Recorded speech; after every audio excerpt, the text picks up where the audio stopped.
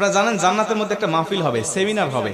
সেখানে আল্লাহ জান্নাতীদেরকে নিয়ে একটা মাহফিলের আয়োজন করবেন। জান্নাতি শ্রোতা হবে আর বক্তা হবে 3 জন। প্রথমে বিশেষ বক্তা হিসেবে থাকবেন হযরত দাউদ আলাইহিস সালাম। দাউদ আলাইহিস সালামের কুরআন নাজিল হয় নাই, দাউদ নবী কোনোদিন কুরআন পড়েও নাই। তারপরে আল্লাহ সেদিন তাকে ইলম দিবেন, তিনি দাউদ নবী সূরা তোহা থেকে তেলাওয়াত করবেন। তাফসীরে এসেছে দাউদ নবী যখন কুরআন থেকে তেলাওয়াত করবেন তার একটা গলা থেকে, একটা কণ্ঠ থেকে 80 রকম সুর বের হতে থাকবে। জান্নাতীরা দাউদ নবীর কণ্ঠে তেলাওয়াত শুনে তো পাগল, বলবে আল্লাহ কি তেলাওয়াত শুনতেছি, আমরা তেলাওয়াত শুনে শুনে জান্নাতে থাকতে চাই, আর কিচ্ছু চাই না। আল্লাহ বলবে এর থেকে কি সুমধুর তেলাওয়াত শুনতে চাও না?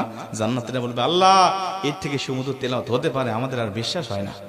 আল্লাহ বলবে কেন বিশ্বাস হয় না?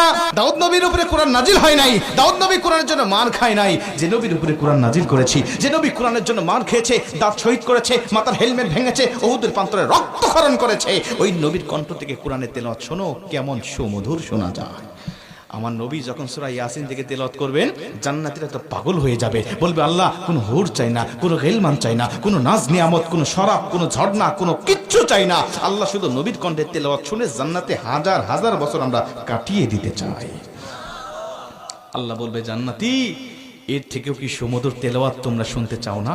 জান্নাতীরা বলবে আল্লাহ এর থেকে সুমধুর তেলাওয়াত হতে পারে, এটা আমাদের আর বিশ্বাসই হয় না। জান্নাতীরা কেন বিশ্বাস হবে না বলো? আমার নবীকে কণ্ঠ দিয়েছি আমি আল্লাহ নিজে, আমার দাউদকে কণ্ঠ দিয়েছি আমি আল্লাহ নিজে, কিন্তু আমার গলায় কত কণ্ঠ রেখে দিয়েছি জানো না? আমি আল্লাহ নিজের কণ্ঠকে ওসার করে এখন তোমাদেরকে সূরা রহমান থেকে তেলাওয়াত করে শোনাতে চাই।